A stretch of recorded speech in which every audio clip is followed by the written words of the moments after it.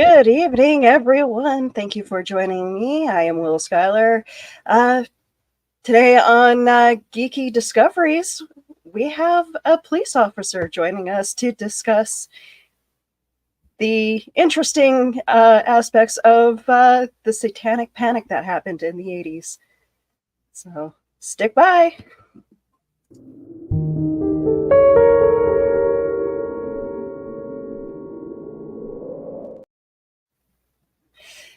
Yes. So those of you who do not know, the show had changed into Geeky Discoveries from Cryptid Crunch because there's so many other subjects that I need to talk about. And sometimes talking about cryptids just doesn't fit in that realm.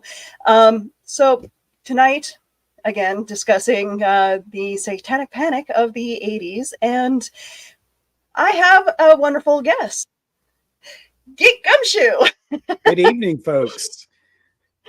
We're going to talk about the best Satanic Panic ever. I'm excited to do this deep dive with you, and then I have Aubrey. There she is. Fashionably late. I love it. Coming in hot. So, you guys both live in the Nashville area or like Tennessee. How was and I know you guys are a little bit older than me, and how was dealing with the Satanic Panic for you guys where you lived? You know, one of the things about growing up, and you know, I think I'm probably older than both of y'all. So I was front and center during the heart and soul of Satanic Panic. I grew up as a Southern Baptist with a very strict set of parents that were all about everything when it came to the idea of satanic influence on things, especially in music. I can vividly remember going to church on a Tuesday or Thursday night for a special presentation where they brought in some traveling speaker to stand up in front of the church and for 2 hours harp on us about everything that was wrong with every bit of music we listened to, tearing apart our favorite artists and trying to make them into some kind of instrument of the devil. And they would flat out make things up just to get by. And this guy that we didn't know him from Adam, standing up in front of everybody, he's this self-professed expert on this subject. And you know, you're pretty sure that he spent last night in a hotel lobby bar trying to pick up on some hooker that was sitting a couple of stools down from him or something. And now he's standing up in front of the church telling everybody that the music their kids are listening to is the work of the devil and it's going to send everybody straight to hell. So that was my beginning of experience with it. So when it started bleeding into all these other things and you started getting things like criminal cases that were coming up that were so influenced by Satan and devil worship and all that kind of stuff, it was an interesting thing to watch, but it certainly wasn't necessarily all wrong. It was just mostly just mischaracterization of what was going on. Yeah. And Aubrey, what was your experience like growing up with the Satanic Panic? Panic? The funny part is that I wasn't in the South during Satanic Panic. Oh, I was raised, little known fact, I was raised up north, Massachusetts, Connecticut line, and it was everywhere. It was everywhere. It was everything from music to books in school. Mm-hmm. We had parents left and right talking about how this kid fell into a bad crowd and they're, playing with dice and, this kid's staying out late and meeting with people that their parents don't know. These are latchkey kids. Okay. We're used to doing that to begin with at this point. And even the thing is that my first interaction with anything that has to do connected with Satanic Panic, because we're going to talk about a lot of things when it revolves around this, but this might have to go into a part 2. D&D is a huge thing And my first experience hearing about Satanic Panic was finding out that my dad played D&D. Oh, You know, whoa, that's not okay. And my great grandparents, you know, Roman Catholic, old fashioned Roman Catholics, hardcore, not into whatever you're going to do in the middle of the night if you're talking about dice and demons. Oh my goodness, what could it possibly be that you would be doing? No. So it was an uproar. So as a young kid, and we're talking about before 12 years old, being told that a board game, was being confused with the ability to connect with the nether regions. Yes, thank you so much, because come on, people. If you don't play D&D, you should check out a YouTube or just try to throw together a game. It's just a game. It's just a game. But yes. And then years and years and years later, Willow, Geek Gumshoe, as a married adult woman, I get told from my very religious in-laws that, yes, we discourage the use in our child's young years of playing D&D. And I looked at them and I went, I thought these people were only in fantasy. Oh, no, you know, and Not it's the characters. I will accept the elves in the fantasy realm of D&D, but these people I didn't know were real. I thought it was just those people on the TV that said things like this. No, it's funny that you bring that up, because like I grew up in this southern Manitoba, which, you know, you think that Canada wouldn't have, you know, the rednecks that you guys do down in the States. We have them up here in southern Manitoba. We The have South our is the South wherever you go. we have our Bible Belt, and it's like the Satanic Panic. It ran rampant up here, and what started it all up here, and then it got down to the States, was because of a book that was written by a psychiatrist and his patient that he later on married. Yeah. And that was a fun story also. Because that's oh not my creepy God. at all. So no, like I did the deep dive. I didn't want to buy, I was thinking about buying the book, but then I'm like, okay, let's find out what this book actually was about. And I'm going to tell you, like, these two, I don't know what their end game was when it came to actually trying to influence, trying to convince people that, you know, Satan worshipers and the whole deal of, you know, how the Satanic Panic started. I honestly feel like it was the therapist who, you know, got into her mind and convinced Michelle that she was, you know, the key element to all this. And just the way I don't know if you've ever done any therapy where you had to be, you know, put to sleep, or, you know, trying to remember the words. I'm having a giant brain fart. I'm sorry? Hypnotized. Thank you. But I mean, later on, like, I think it was in the 2000s that it was found out that hypnotized therapy is BS. But role playing. He really worked her brain over, traumatized her to the point where she relied on him to make her feel better. And these sessions were like 6 hours long each. I'm sorry, I'm in therapy. My sessions, if we're lucky, may go a little like 50 minutes past the hour. And then my therapist is like quick to go like, hey, okay, we have to cut this short. You know, I'm sorry. I got a hard out. But no therapy should ever go 6 hours.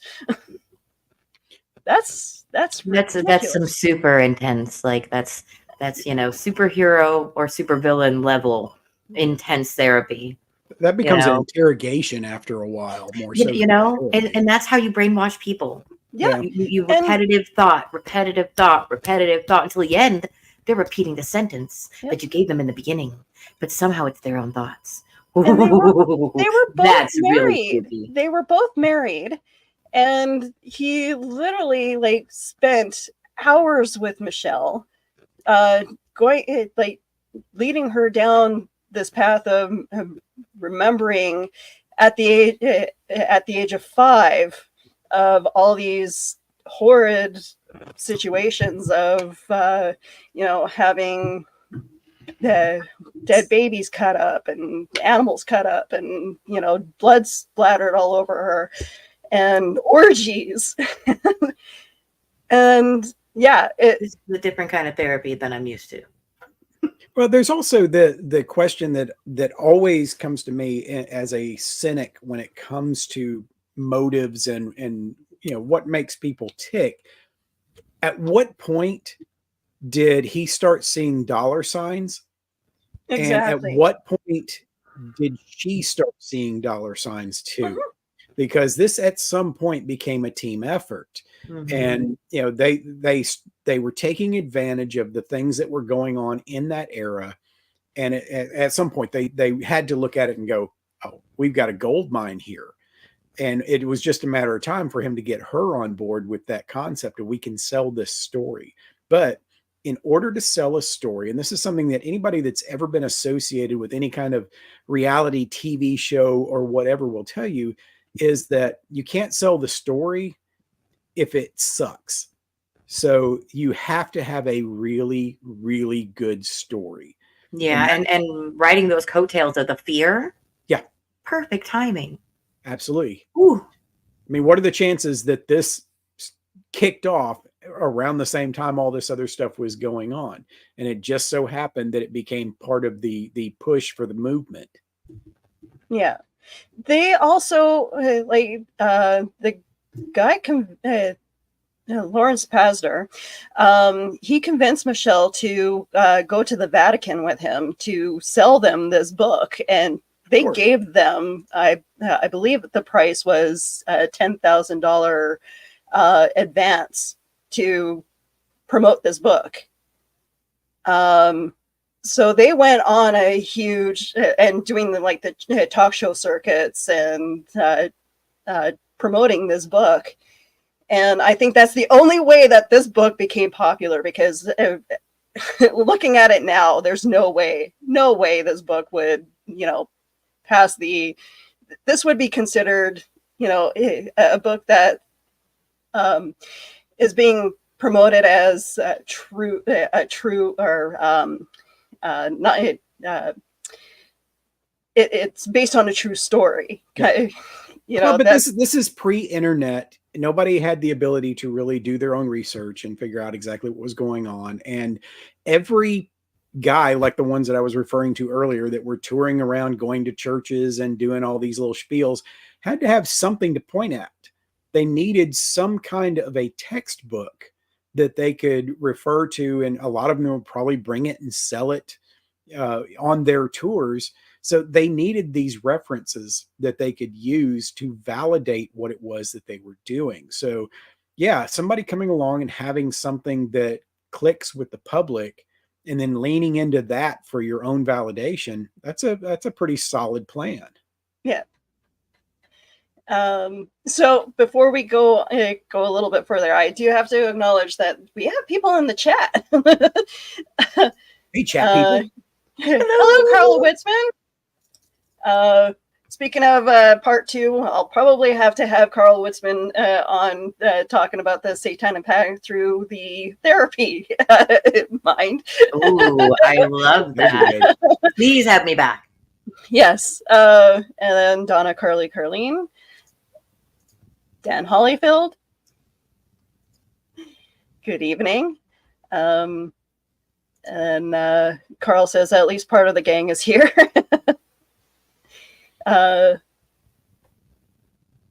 oh, Carl says, "Hey, hello, Willow and Geek Gumshoe."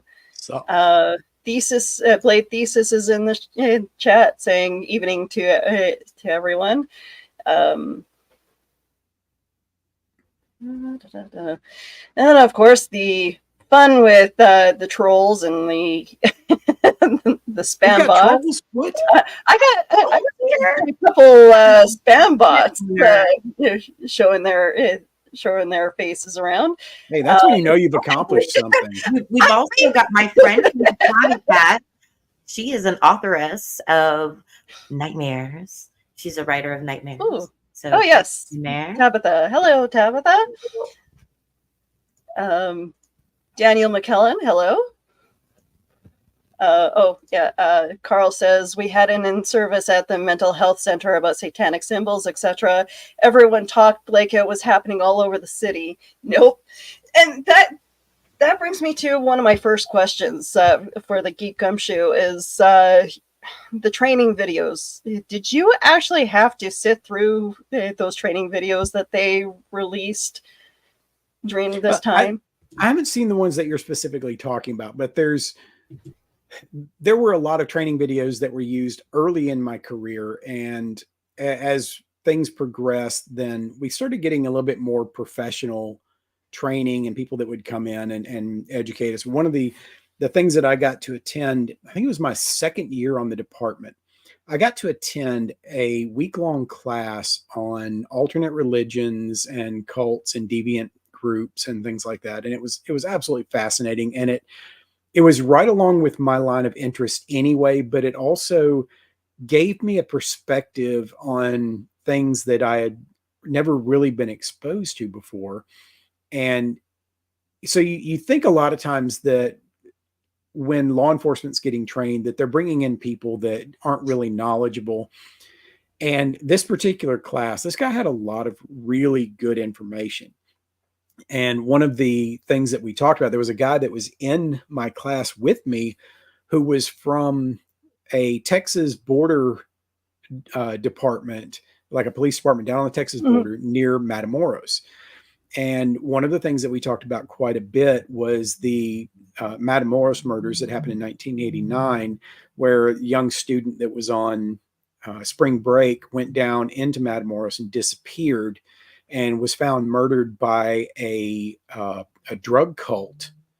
And the incident was turned into a movie a few years ago called Borderlands. And it's a pretty interesting retelling. Of course, it's a dramatization, so there's a lot of things that didn't actually happen in the case itself. But it's interesting when you start seeing information about actual cult-related crimes.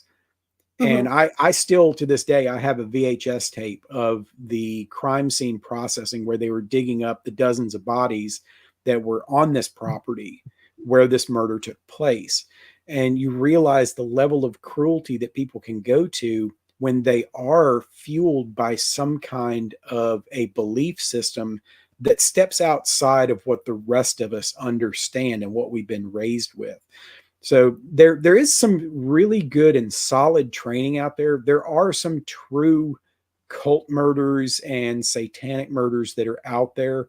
So it's not completely just, everything's not just made up and weird. Yeah. But when you start getting into the reality of it, it gets pretty dark and pretty rough. Yeah.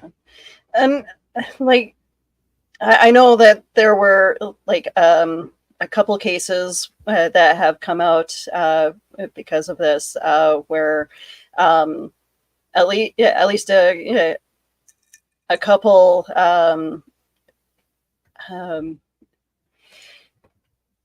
schools, like teachers, being charged with murder or like sexual abuse and stuff like that. They were wrongfully convicted, unfortunately, because of all this. One case in mind, McMartin. I don't know if you guys know about this case. the McMartin preschool, where That was disturbing. Yeah. yeah, the teachers were brought in, were charged with sexual abuse, and people were claiming that they were doing satanic rituals on the kids, which ended up not being true.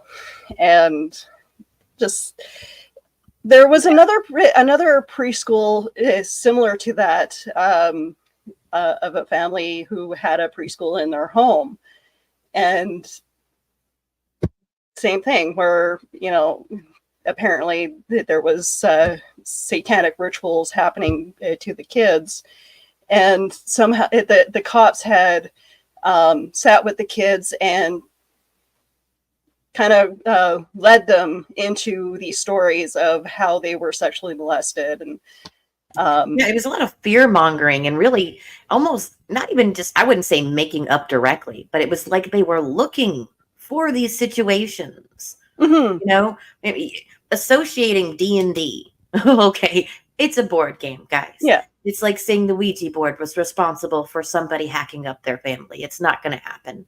Okay, reality sink in here. The special that I sent you, Willow, it starts with indoctrination from a church, like, you know, and then you've got, you know, and it's like a PSA, and then you've got the movie that I sent you, you know, which, yeah, you know, we could talk about like the fact that Tom Hanks, one of America's sweethearts of an actor, male actor, in a movie that was essentially a huge proponent in making this a fear-mongering time over.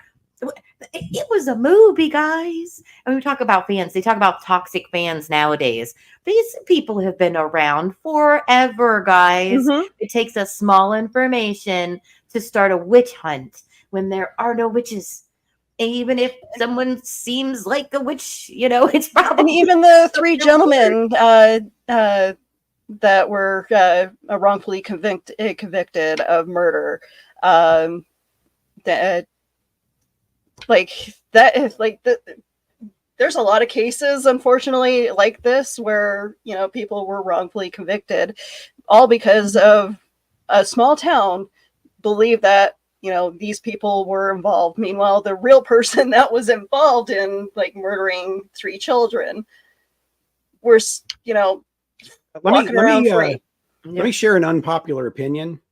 I'm not convinced that they were wrongfully convicted. I'm pretty sure you're talking about the West Memphis 3. Yes. Oh, okay. You think they were that happened right across the river from me. Okay. Oh, okay. I followed the trials. I followed everything that went along with it. Was it a botched investigation? Absolutely. But that does not mean that these guys didn't have anything to do with this. And there is a lot of evidence, believe it or not, that says that they did it. But what people lean into are the inconsistencies, the holes in the investigation when they say that they think these guys are innocent. You get a bunch of Hollywood types, you know, on board. For those that don't know, can you explain this case to us? Because I don't know a lot about this at all. Yeah, so I think it was early 90s. It was 91, 93, something like that. 3 bodies were found of little boys that were brutally murdered, and their bodies were left in a creek bed in West Memphis, Arkansas, which is right across the river from Memphis. And in the subsequent investigation, 3 young men were arrested and charged with the crime. One of the young men, the first one that was interrogated, was a mentally delayed person that provided a lot of the information that led the investigation forward. In the years that have come since, a lot of people have decided that these guys didn't do anything, that somebody else killed these boys, and that the police department was 100% wrong. And one of the things that you've got to understand with any kind of a criminal case, especially when it comes to a murder case, is that, for starters, the police department has to conduct an investigation. They have to take the content of their investigation and they have to present it to the prosecutors. The prosecutors review that information and determine if there's enough information to move on to charging and prosecuting the. Are y'all losing me right now? It kind of went a little choppy, but you're back. Yeah, is there storming in your area? I don't know what's going on, but every once in a while, everything will just kind of lag. But anyway, so after the prosecutor gets it, it has to go to the grand jury, and the grand jury has to decide if it's something that they want to continue up the line. Then once everything goes to trial, then a jury has to review that evidence and determine if the case is presented in a way that makes sense and is willing to, and they are willing to convict these people for these crimes. So to assume that this crime was prosecuted and these guys were found guilty just based on Satanic Panic is to assume that every step in that process was tainted by this. And that's not the case. Yeah, there were some serious missteps in the investigation. And I think that's what causes most of the problems that people have with it. And the three guys were not determined to not be guilty. They were determined that there was enough problems in the case that the state of Arkansas would retry the case. But so many of the people associated with it were no longer available or were deceased that they knew they could not successfully prosecute the case. And that's why they went to them and offered them this deal that says, if you'll sign this paperwork, we'll let you out of jail. So it's not that they admitted defeat. They just knew they weren't going to be able to do this again. There was too much water under the bridge. Too many things had passed. So they weren't going into it saying, we don't think we can win this case again because we didn't have a good case to start with. They weren't going to have the people to put on the stand that they had before. Yeah. Now, they had some absolute clowns on the stand, which is another part of why it's so easy to pick this case apart. But it's another one of these cases where the things that people are leaning into, they're leaning into because they don't know anything about criminal investigation. They're leaning into it because Johnny Depp told them to feel this way. And of course, there's been book after book written about all the inconsistencies. But what I've really been hoping for is that someone that was involved in it would finally come along and write a book that says, this is why this happened the way that it did, so that we can lay it off. Now, was Satanic Panic part of it? Probably. But let me tell you something. Eccles was one of those that was the leader of the group. And he was one of those people that, to me, kind of was his own worst enemy, because he did not act like an innocent man during trial. He acted like a punk that wanted to make a name for himself as a devil worshiper. To get up there in trial on the stand and claim that he changed his name to Damien to honor a Catholic priest is insulting.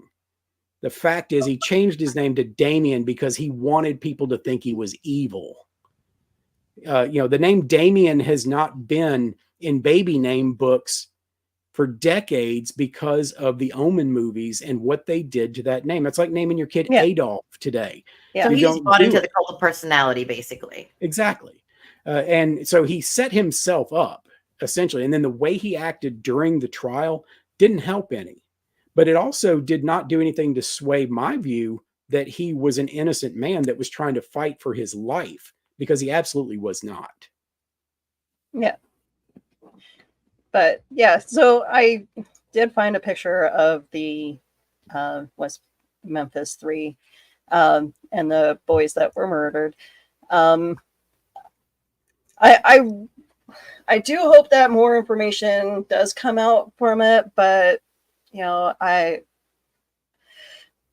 but unfortunately, like I wasn't around in this in your part of town, so I don't know the feel of what the town folk were, what the whole town was going through around that time. So I did live in several small towns growing up, though. I know how close-minded some people can be, and how very influenced with religion others can be, and how that can affect people's perception of other people, that especially outsiders. Well, keep in mind that West Memphis is not necessarily a small town. It's a mid-sized town, and it's an extension of Memphis, Tennessee. You literally drive 2 minutes across the bridge and you're in West Memphis. So it's not like you're going way out into the sticks and there's this isolated community out there.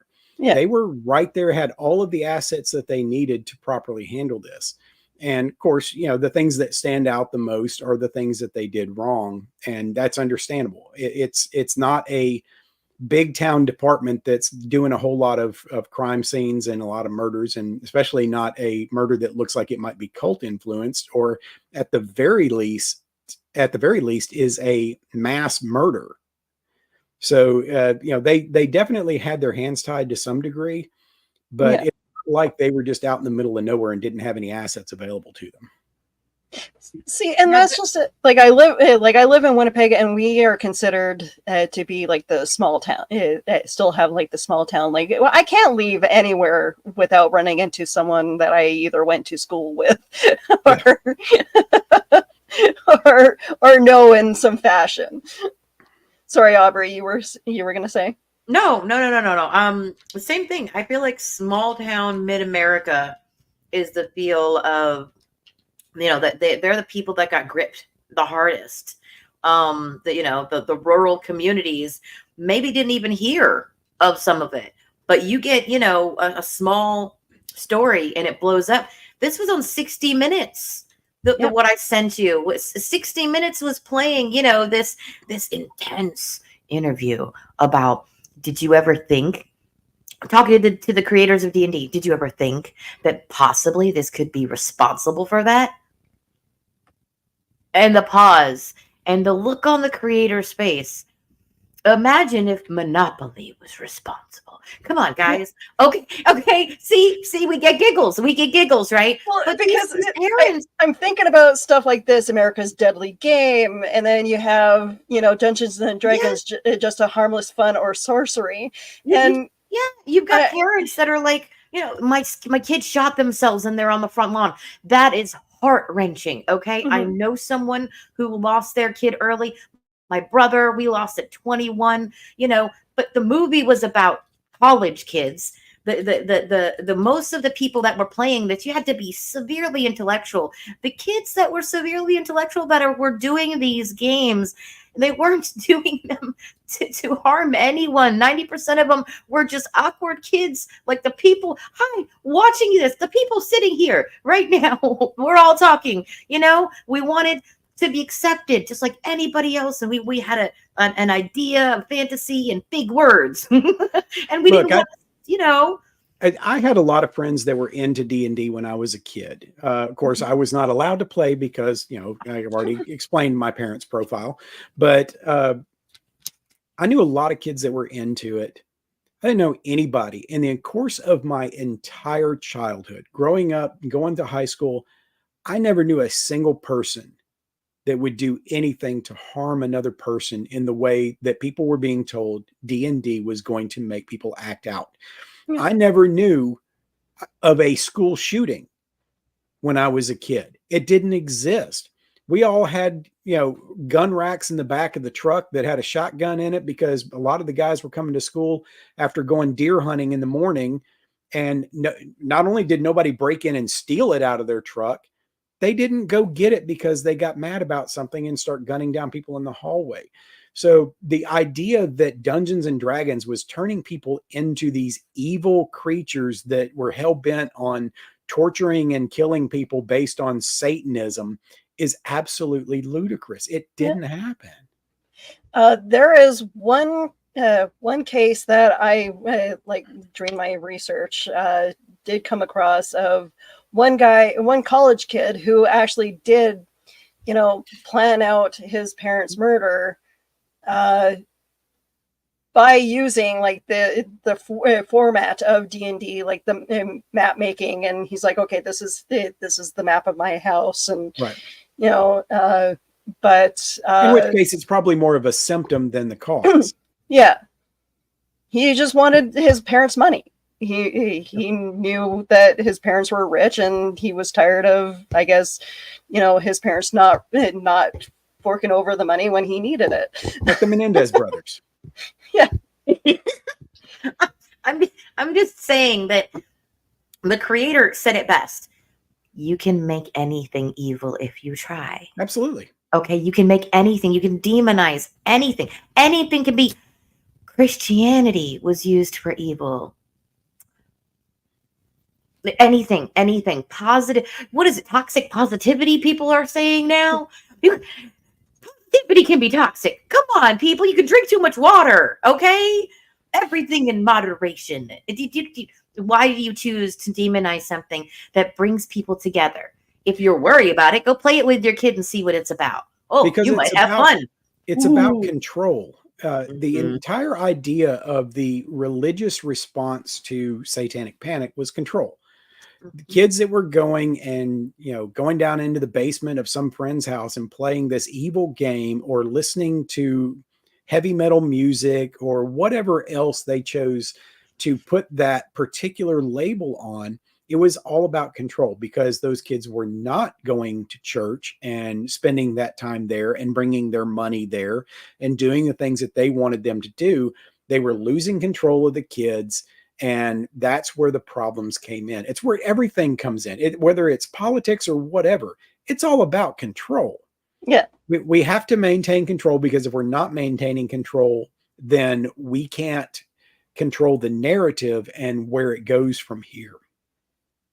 And we had our own little satanic, where I grew up, the church that my foster mom kind of forced us all to be part of. I remember, and I've told this story before, where we literally sat through a whole sermon on how evil Pokemon was, and this wasn't the first time that apparently this was very common around the time. It was, religious groups were going around claiming how evil certain flavor of the month character or book was, and I'm just like I couldn't believe I was spending my Sunday listening to this, and it's just like, can you just next time just leave me at home so that I can play video games? but once again, if you think about it, where are the kids spending their time? If they're getting into the Pikachus, they're spending their time with Pokemon, and they're not spending it at church. And so therefore, Pikachu's got to be evil, right? All because he was magic. Right. They magically evolved, and look, the evolution word magic goes around the world. I mean, it's every time you hear something, that word magic comes into it, and it makes everything. The Harry Potter thing is a great example of that. Oh God, wizards and witches, that's just evil. They're doing magic over there at the Hogwarts. Yeah, so that's where things start to spiral out of control. And I just. It just got to the point where I couldn't. I didn't want to go to church anymore after that, because I'm not. It burns a lot of people out. Come on, guys. I mean, if you attack fantasy, where is your reality? Okay, why are you fighting imaginary demons? Literally imagining fictional demons. Okay, wait. Hold on. Hey, hold look, on. We're getting a lot of comments over here. I feel like I know. I'm so sorry. Yeah, thank you. I'm not trying to ignore you guys. You guys are amazing, by the way. There's a lot of people wanting to get involved in this, so I'm curious to hear what they got to say. So I'm trying to remember where I left off. Just pick one. Pick one. Be right. Somebody read these, because I can't see them. I don't have my glasses on. Blade Thesis. I remember not being allowed around D&D because Satanic. Carl says, as a skeptical mental health worker, I didn't see anything in our town, but the fear was everywhere. We had an in-service. Oh yeah, I read that already. And then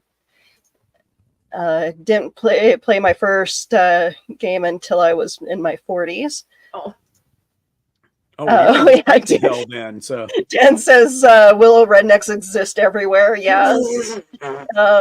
Yes. And memory recovery therapy.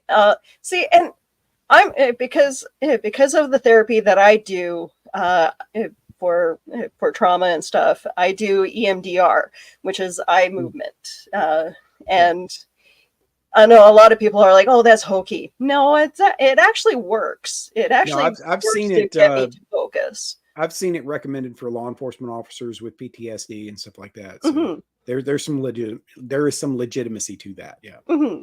So And sorry, go ahead. So we want to talk about the ridiculousness of attacking a game. Can we talk about the ridiculousness of attacking a music group like Judas Priest?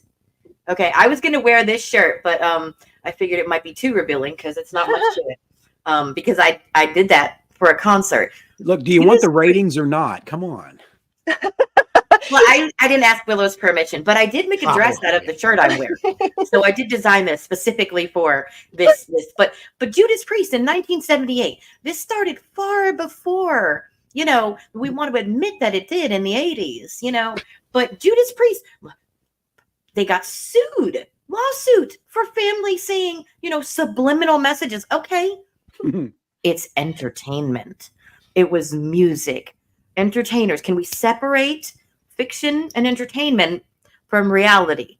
Okay. Yes. I get if you're a fan, if you're a hardcore fan, I get it. You got to stick to the script. Yeah. But come on, you're not even a fan. You're just finding something to poop on someone's parade because you don't like that parade looks like that. There's a reason. Parade. There's a reason why in the late 70s and early 80s, or even back into the late 60s, bands were going with names that were super controversial, like Black Sabbath, Judas Priest. You look at the image of people like Alice Cooper and Kiss and King Diamond and bands like that, projected this image of devil worship because it got them headlines and it made the Christian right extremely nervous. And that's where they got their free press. I can remember vividly during the 80s, movies that nobody would have gone to see had the church not made such a big deal about it. Movies like Passion of the Christ, or not Passion of Christ. What was the other one? The one that Willem Dafoe did back in the 80s. I can't think of the name of it, but where he played Jesus. And it was one of those things that all the churches were like, don't go see this. This is evil. And people went to see it in droves. And it did exactly what they wanted it to do. So all these bands, Motley Crue and these other bands that were putting on makeup and they were doing songs about the devil and all that kind of stuff, they were doing it for the dollar. It had nothing to do with Satan worship. It had everything to do with getting your kids money or getting your money out of your pocket through your kids. But so 1988, The Last Temptation of Christ. Last Temptation, that's the one. Oh my gosh. So now you've turned me on to a new movie. I did not know. I was 8 years old. I did not know if it existed. Thank you, William Dafoe. I will be watching something that is a pagan that I have never seen before. It's a snooze fest of a movie, but it made a lot of money because the church didn't want you to see it. So. Thank you, the church, for telling me about another good movie that I get to see. And at the time in the 90s, like being in my last foster home, I was trying to be more involved in the church, and I remember when they were releasing all these movies that were part of the church, and one movie with Kirk Cameron about the rapture.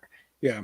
I remember actually enjoying that movie and being like, hey, this is actually a really good movie considering it's a church movie. And the series, the show. I loved it at the time. Yeah, those books were in everybody's house. Yeah, it was a good series. It was good. It was well written. Left Behind. That's what it was. It was interesting. It was. I was gung ho. We had a thing at our church where they were unveiling the movie, and so we all went together like it was movie night. Yeah, that's great. Do those things, guys. Stay away from pretending like fantasy and entertainment. Comedians, musicians, artists are somehow making the devil come here. Okay, but unfortunately they're not doing that.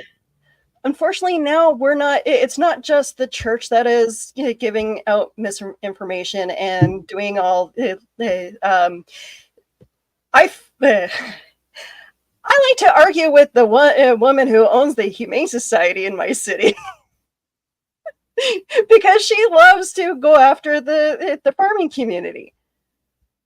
and throwing out misinformation. And I'm just like, wow, okay, you're supposed to be looking after animals.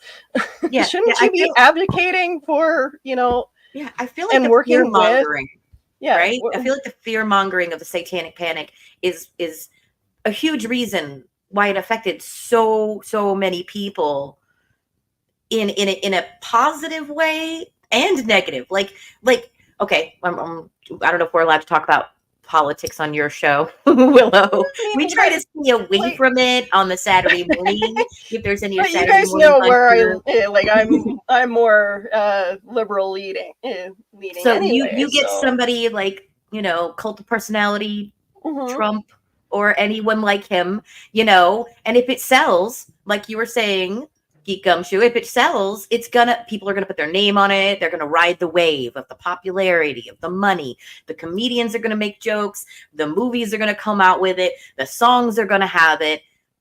Come on. Has any one of us not been a kid when the parents or the people in charge say don't do it? Guess what they do? Yeah. So just focus on your message and stop focusing on what not to do. Yeah. Okay, because if what you want them to do, that's how you teach people. If you want them to do it, you talk about the thing you want them to do, not the thing you're like, oh, this is bad. Yeah. Oh, wait. Well, and that's a great point. I'll be right back. That's a great point because, one of the things, talking about Last Temptation of Christ, nobody would have gone to see that movie had it not been such a big deal. And there are so many things like that, and don't get me wrong, I have no problem with religion in general. I grew up in a very strict religious home, and I still have my faith that I adhere to. But my problem is when you apply it when either you politicize it, you monetize it, or you make it into something that it's not meant to be. That's when it starts to become problematic. And so I tell a lot of people, maybe the best approach sometimes is just to shut up. Don't give people free press. When the Klan comes to town, what I tell people is, don't go there and try to shout them down. Don't go there. Make them talk to empty streets, because that's how you win against that kind of an enemy. Don't go and give them what they're looking for. Don't go and run your mouth and get violent and cause problems, because that's when they're going to point the finger and go, you see, we told you. Instead, just stay home. Yeah. Let them talk to nobody and see that they have no support. Yeah, or come ready with peace and love that you preach. No matter what religion you come from, come with open hands. I wish to be understanding. Help me understand, and you understand. Yeah, just be an example to people. That's all you can do. It's really not hard. It's really not. Yeah. So the fact that we talked about Satanic Panic, we talked about, I've never been. All I knew about this wonderful band Judas Priest is that people hated them. So I stayed away from the music. Like I never heard them. I went to the concert this year. Woo! Okay, you know what? Then I play D&D. And guess what? If I see an old lady crossing the street, I'm going to help her. I'm not going to set her on fire. You're not going to shove her in front of a bus? Right. If I see a Girl Scout, because you didn't get the memo? Right? I'm not going to eat the Girl Scout. I'm going to buy the cookies. You got to cook them and just support, right? Always cook them. Or your Girl Scouts cooked. Talk to Wednesday about that. Are they real lemons? Are they real Girl Scouts? See, I didn't make it past the brownies stage to become a Girl Scout, so I was cadet material apparently. Don't ask. Look, the fact is there's been wave after wave of Satanic Panic or something that's equivalent to that for as long as people have been around. The Salem witch trials, one of the things that I find funny is all these people that will make posts talking about, they burned people like me back. No, they didn't. They didn't burn any real witches. For starters, they didn't burn witches in Salem. They hanged them or they drowned them or whatever. They also didn't execute any actual witches. They just executed people that somebody was mad at. Yeah. You said the wrong thing to the preacher's daughter. Now all of a sudden you're a witch. Yep, you're the That's what that stranger in was. town that bought the house that Yeah. somebody else wanted. They were getting rid of their enemies. They weren't getting rid of people that fit into a clean category. You know, you can't go, oh, well, this person was a witch, we got rid. You didn't. All you did was get rid of your enemies. And that's one of the problems with movements like that, is that it becomes about eliminating the competition. You're getting rid of the people that don't agree with you or what have you. All you got to do, and we see this right now with the whole cancel culture movement, you just got to say the right thing, and that person is out of here. You know, they don't stand a chance in the cult of personality that is so prevalent today. And I mean, and which is funny because on both sides, yes, we've had issues with cancel culture, you know, affecting, like, going totally whack. Like, we've had a couple of our statues torn down at our legislature building because some people believe that Queen Victoria was against a group, our native population, and that from research that I've done, I haven't been able to see any proof of that. They destroyed a statue of Queen Victoria without reason, as far as I know. But there's a lot of that goes on, though. People will destroy anything if somebody tells them that it's the right thing to do, and they feel this kind of sense of justice about destroying something, and they don't do any research. They don't try to find out about it. They destroy things based on what they believe today. Yeah. And that's part of the problem with what's going on right now. We have our own version of satanic panic that's going on. It has nothing to do with the devil. It has everything to do with the fact that everybody wants to think that everybody should think like they do. And it doesn't matter what your political perspective is or what your historical perspective is.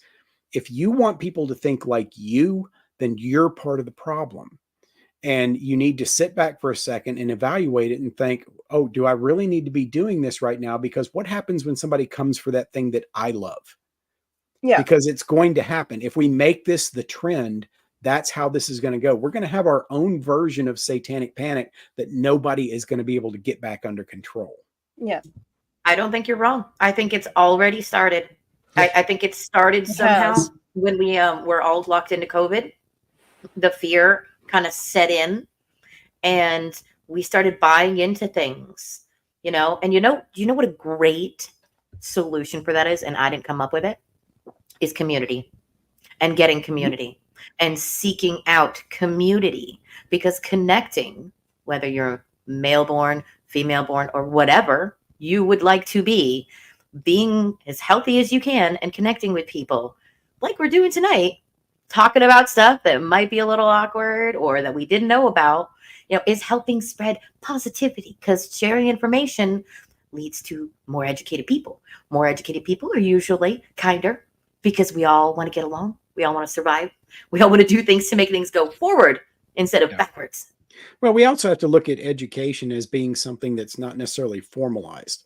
You know, you may not be as educated because you didn't go to college or you didn't go, you know, get, an advanced degree or something like that. Doesn't mean you're not educated. Yeah. We are always learning something. And when we start deciding we've learned everything we need to learn, that's when we start really messing up. Oh, yeah. Yeah. And we got some other comments here. Hi guys, you keeping up with this a monumental movement? Roller coaster ride tonight. Right? I'm trying to find Eli's entrance into all this. There's Eli. Eli's checking in. Oh boy. Oh, here we are. Eli T. Cash, thou shall summon me, start of my birth month, and you were talking about the Satanic Panic. Speak of the devil and he shall appear. It is also my birth month. So yeah, September. I make jokes about this all the time. Those of us born in September are either because our parents got bored around Christmas time, or lots of one night stands. I happen to be the latter. Right. Right. So happy early birthday to you, Willow and Eli.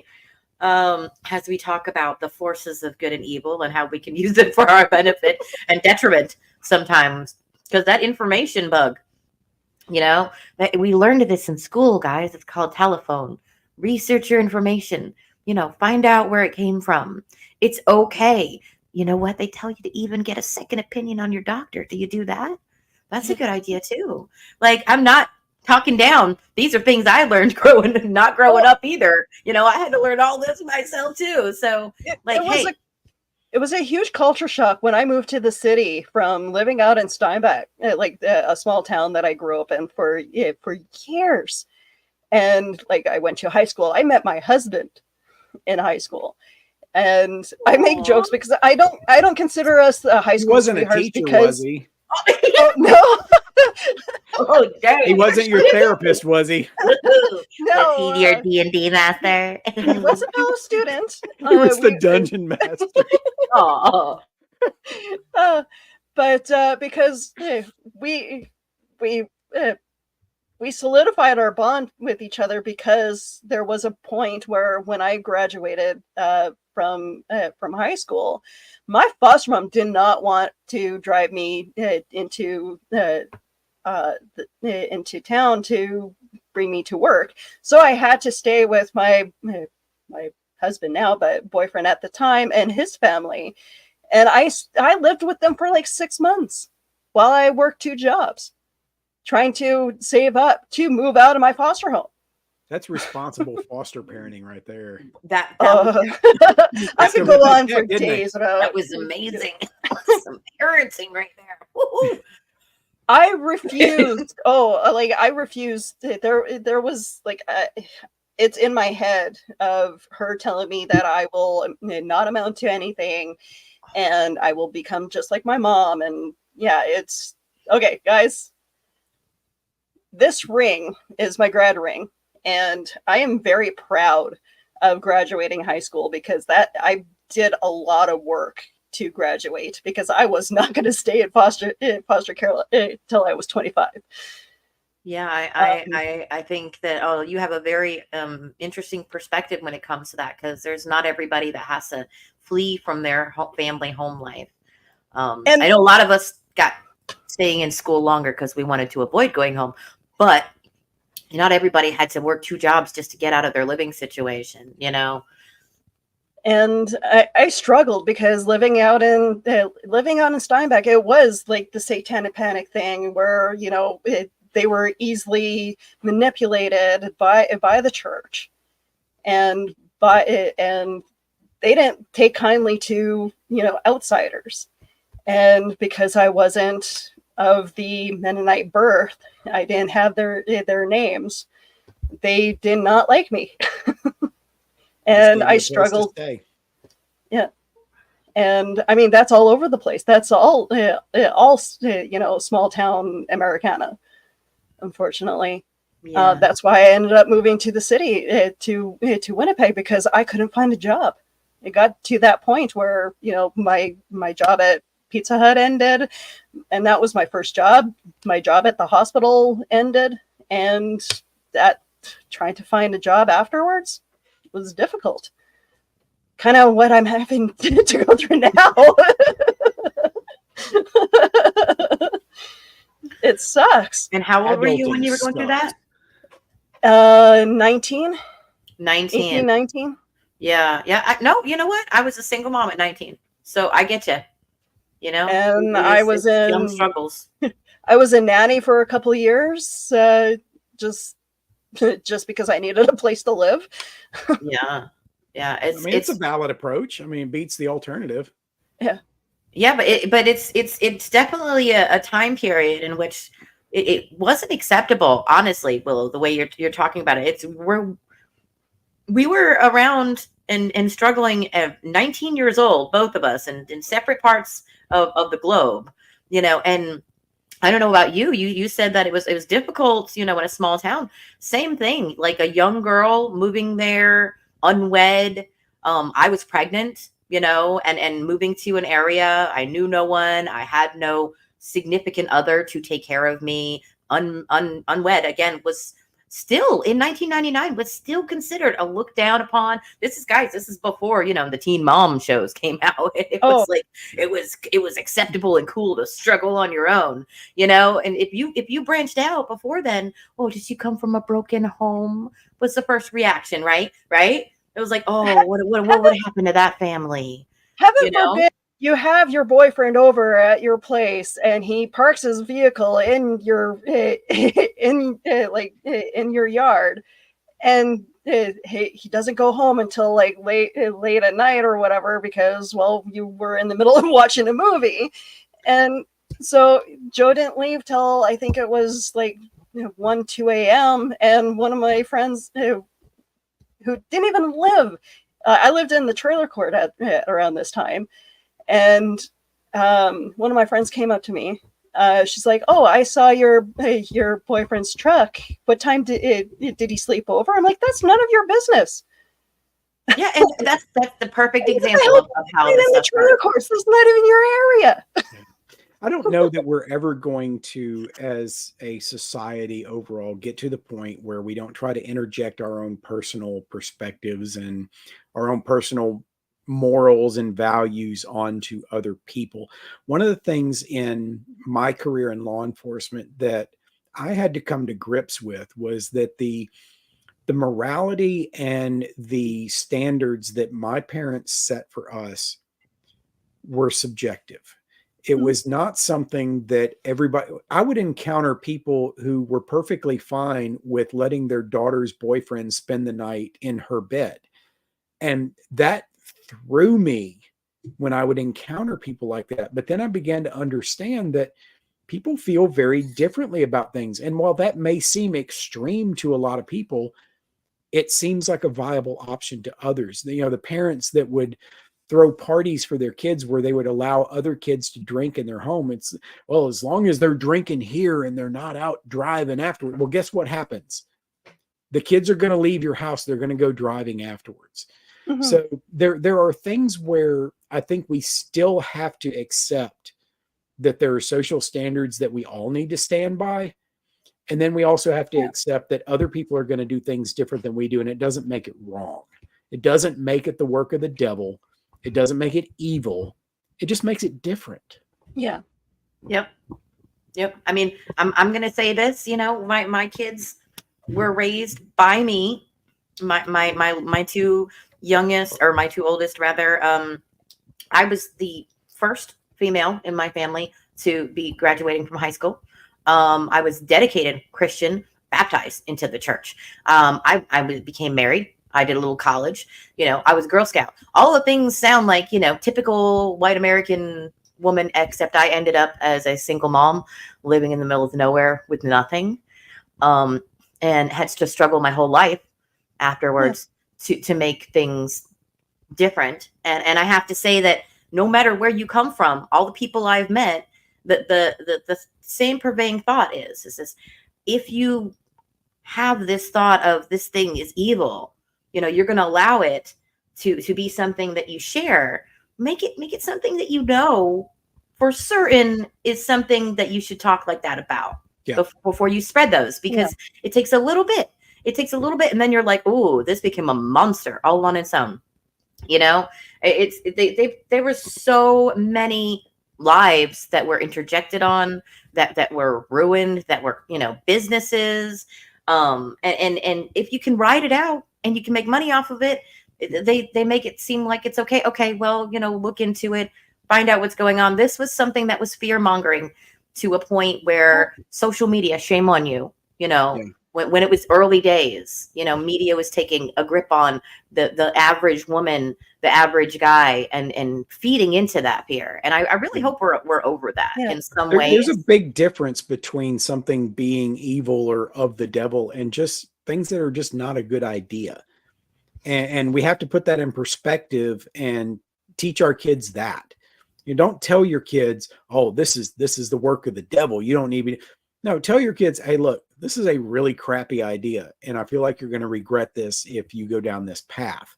And then hope that they'll choose the right thing. But as soon as you start putting labels on it, like, oh, this is the work of the devil. Well, guess what? Modern kids are going to reject it outright. They're not going to hear anything else you've got to say. They're just going to hear, oh, well, you're just a religious freak and nothing you say is really going to, impact here.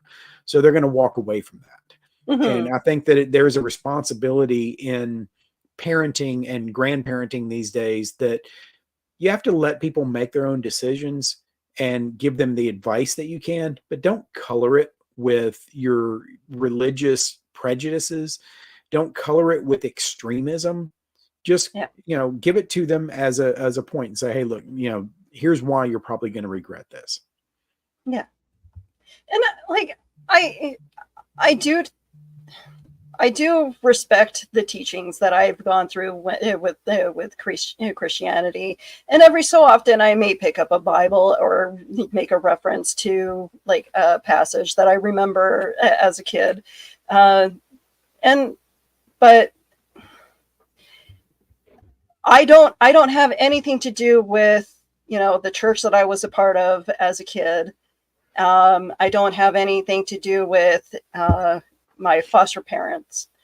I just that's a part of my life that I really don't need in my life anymore. And even though sometimes it hurts not to have that relationship that I thought I had with my foster mom, I'm kind of glad that I don't, because I don't need that. I don't need that fear of her saying that, I'm evil. I'm bringing evil to her home. And unfortunately, that's something that I had to live with. Look, yours is a special situation. If you have not started writing a book about that, then you need to. Because, honestly, that's such a unique way to grow up that I feel like that could be something that people would find really interesting. Yeah, actually, I was on a podcast called The Brown Sheep about adoption because they were adopted and my third child was adopted.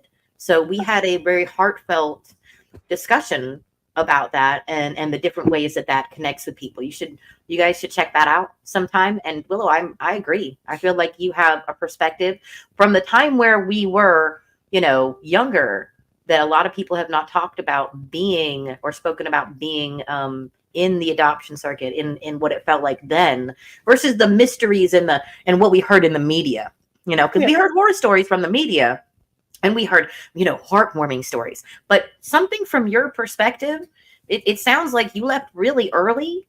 And because of that, it's a bit different than 18 is usually the cutoff for foster kids, and I'm actually one of the fortunate ones who didn't have the didn't get told you're out the moment that I turned 18. Okay, so it's the opposite. You stayed in longer. I stayed a little bit longer because one, my foster mom was trying to push me to stay until I was 25. This can go on to a whole different another episode subject, but no, it's she was trying to get me to stay till I was 25. She wanted she wanted like doctors to prove that I was incapable of living on my own. I have the paperwork that states that, because of my trauma, I don't remember being tested. Were there satanic rituals involved? No, see, that's just it. Like, should I get a little regression therapy there? Hey, I know this guy that likes to do this kind of stuff. You wrote a book, right? Where's this picture? Don't we have a picture of that guy? We do. Oh my Is he god. still around? I mean, can No, you call that guy? gosh. Can you unfortunately, call he Larry up and say, "Hey, can you write a book about me?" unfortunately he died in 2004. Oh, that's unfortunate. But Well, what about I'm Michelle? Is sure she still around? Maybe she'll write a book about you. Michelle is around. But here, okay, so this is the fun Creepier fact about Mr. this Rogers book. over I there. know we're going a little overtime, but whatever. It's my show. Screw it. Okay, so this is like one of like this book has like several different like Is the I first don't one look like I flowers in don't the get alley? I mean, how this is weird. or why there's several covers for this book. Oh, they were riding these coattails I've hard. never seen a book in my Oh my life God. have several covers. All right, so Wait, as a my writer, shirt. let me Imagine tell my shirt. you that covers are the first thing that your audience is going to see when they're in the store. And so taking a book that's been around for years, putting a different cover on it is trying to reach out to a new audience and give them something to latch on to. So they're not going to stick with that same cover that came out the year they produced it. They're going to put out something new that's going to catch with the audiences of today. So that's why you've got the iterations of the different versions of that cover.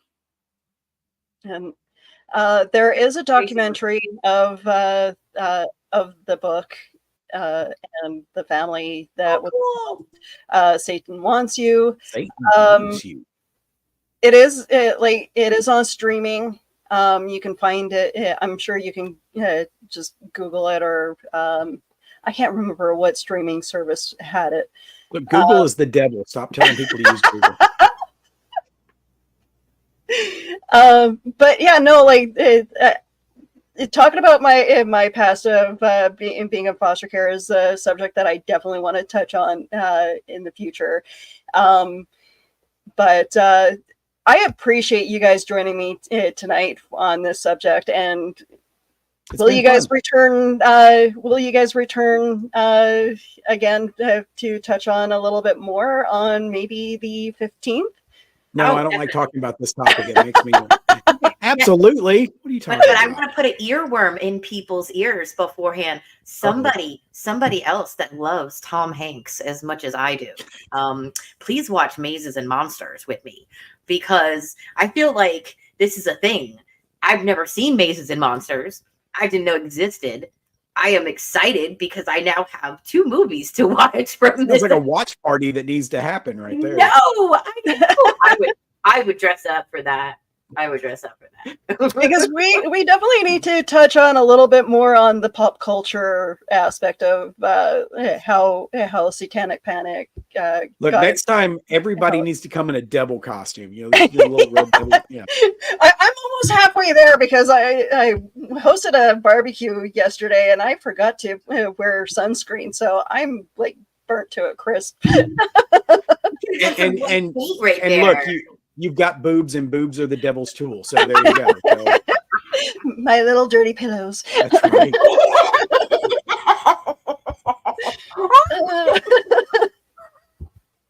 But you guys, You'll fall out down here. What's it? Need some oxygen? Geek Gumshoe, where can we find you on social media? I don't know. I mean, I don't know which of my social media is up right now. I've taken a few of them down because I have another platform that has been very successful lately. So I've kind of been moving away from the Geek Gumshoe persona, but okay. I think I'm still out there on like Instagram and stuff like that. So Okay, because I do follow you on TikTok as well, just because you guys do some amazing videos, and I like following your family and all your little we're so weird conquests of going to conventions. So, all right, Aubrey, where can we find you on social media? Oh, you can find me right here on Miss Kindred Ivy on Instagram 90% of the time, and under my name on Facebook. 90% of the time. 90%. What about the other 10? What are you doing then? Sleeping. Devil worship. Oh, yes. Sorry, that's how I'm supposed to say that, right? Playing D&D. They're playing D&D. There you go. Playing with my crystals. Rolling them dice. All right, you guys have a great night. Thank you for joining me. You guys can find me all over social media. I am the social media socialite. Join me in a couple of weeks again for part 2 of the Satanic Panic, September 15th. So yeah, you guys have a wonderful night. We'll see you. Bye.